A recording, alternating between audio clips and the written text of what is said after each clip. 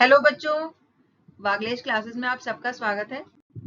बच्चों, आज हम हिंदी की बुक क्षितिज के लेसन आत्मकथ्य की क्वेश्चन आंसर्स करेंगे। इस लेसन की रीडिंग हम अपनी पिछली वीडियो में कर चुके हैं, तो चलिए शुरू करते हैं इसके क्वेश्चन आंसर्स।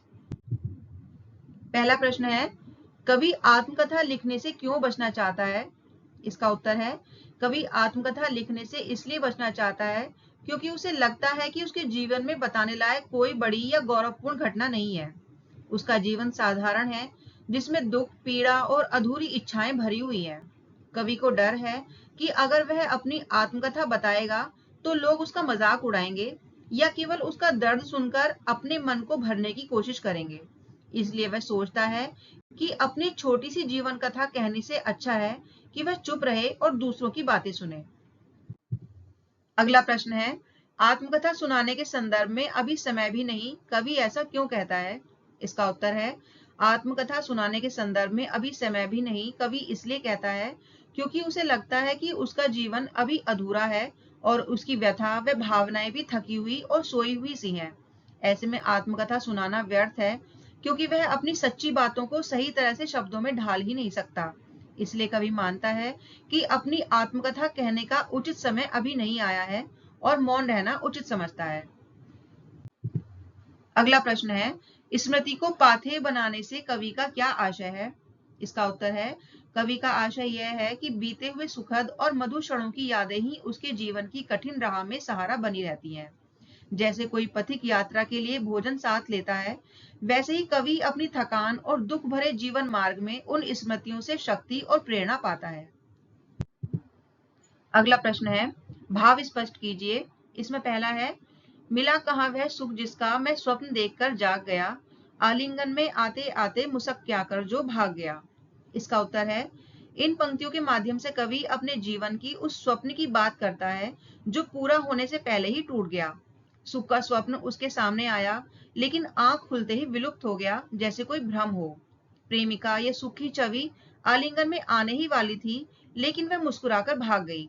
कवि का संदेश यह है कि जीवन में सुख क्षणिक होता है, जो सुख हमें मिलने ही वाला लगता है वह अक्सर हाथ से निकल जाता है। अगला है, जिसके अरुण कपोलों की मत वाली सुंदर छाया में अनुरागिनी उषा लेती थी निज सुहाग मधुमाया में। इसका उत्तर है, इन पंक्तियों के माध्यम से कवि बताते हैं कि जिस सुख की उन्हें चाह थी वह ऐसा था जैसे किसी प्रिय की लाल लाल गालों की मनमोहक छाया, और उसकी छवि इतनी आकर्षक थी कि स्वयं भोर भी उसमें प्रेम और मधुरता पाती थी।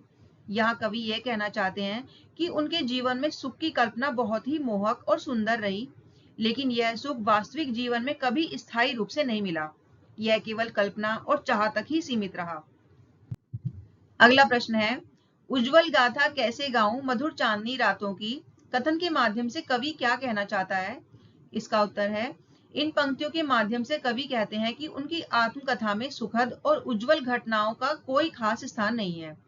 उनके जीवन में ना तो चांदनी रात जैसी मधुरता है, ना ही हंसी खुशी से भरे प्रसंग हैं। यहाँ कवि का आशय यह है कि उनका जीवन अधिकतर संघर्ष और दुख से भरा रहा है, इसलिए वे आत्मकथा लिखने के इच्छुक नहीं है। अगला प्रश्न है, आत्मकथ्य कविता की काव्य भाषा की विशेषताएं उदाहरण सहित लिखिए। इसका उत्तर है, आत्मकथ्य कविता की काव्य भाषा की निम्न विशेषताएं हैं। नंबर 1, सरल और सहज भाषा।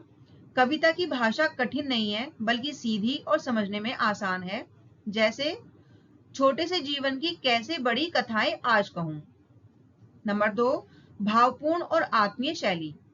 कवि ने अपने मन की गहराई और भावनाएं सीधे शब्दों में व्यक्त की हैं। जैसे, सुनकर क्या तुम भला करोगे मेरी भोली आत्मकथा। नंबर 3, प्रश्नात्मक शैली का प्रयोग। कवि ने अपनी व्यथा और अनुभवों को व्यक्त करने के लिए प्रश्नों का सहारा लिया है। जैसे, क्या यह अच्छा नहीं कि औरों की सुनता मैं मौन रहूं। नंबर 4, चित्रात्मकता। भाषा में ऐसे चित्र उभरते हैं जो पाठक के मन में दृश्य बना देते हैं। जैसे, मधुप गुनगुना कर कह जाता कौन कहानी यह अपनी, मुरझाकर गिर रही पत्तियां देखो कितनी आज घनी। नंबर 5, सरल उपमाओं और प्रतीकों का प्रयोग। कवि ने अपनी व्यथा और जीवन की सच्चाई को स्पष्ट करने के लिए उपमाएं व प्रतीक दिए हैं।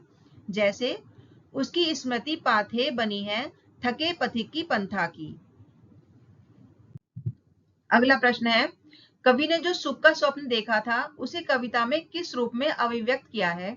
इसका उत्तर है, कवि ने जिस सुख का स्वप्न देखा था उसे कविता में अधूरे सपने के रूप में अभिव्यक्त किया है। कवि कहता है कि उसे वह सुख कभी पूरा नहीं मिला, बल्कि वह तो स्वप्न की तरह क्षण भर के लिए सामने आया और आलिंगन में आते आते मुस्कुराकर भाग गया। इसका अर्थ है कि कवि के जीवन में सुख केवल क्षणिक रूप में आया और स्थायी नहीं हो पाया। अगला प्रश्न है, इस कविता के माध्यम से प्रसाद जी के व्यक्तित्व की जो झलक मिलती है उसे अपने शब्दों में लिखिए। इसका उत्तर है, आत्मकथ्य कविता के माध्यम से हमें प्रसाद जी के व्यक्तित्व के बारे में पता चलता है कि वे अत्यंत संवेदनशील और सरल स्वभाव के कवि थे तथा अपने सुख दुख को खुलकर व्यक्त करने के बजाय वे मौन रहना पसंद करते थे। वे अपनी आत्मकथा कहने से बचते हैं क्योंकि उन्हें लगता है कि उनके जीवन की पीड़ा और व्यथा कोई और समझ नहीं पाएगा। वे आदर्श और सुंदर जीवन की कल्पना करते थे, परंतु वास्तविक जीवन में उन्हें वह सुख कभी नहीं मिल सका। उनके व्यक्तित्व में गहरी संवेदनशीलता, सत्य को स्वीकारने का साहस और सौंदर्य के प्रति आकर्षण दिखाई देता है। वे बहुत विनम्र और आत्मसम्मानी व्यक्ति थे।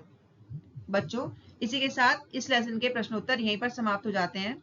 मैं आशा करती हूँ आपको सभी प्रश्नों के उत्तर समझ में आए होंगे। अगर आपको वीडियो अच्छी लगी है तो वीडियो को लाइक और शेयर करें और चैनल को सब्सक्राइब करना ना भूलें, जिससे आने वाले वीडियोस आप तक आसानी से पहुंच सकें। Thank you.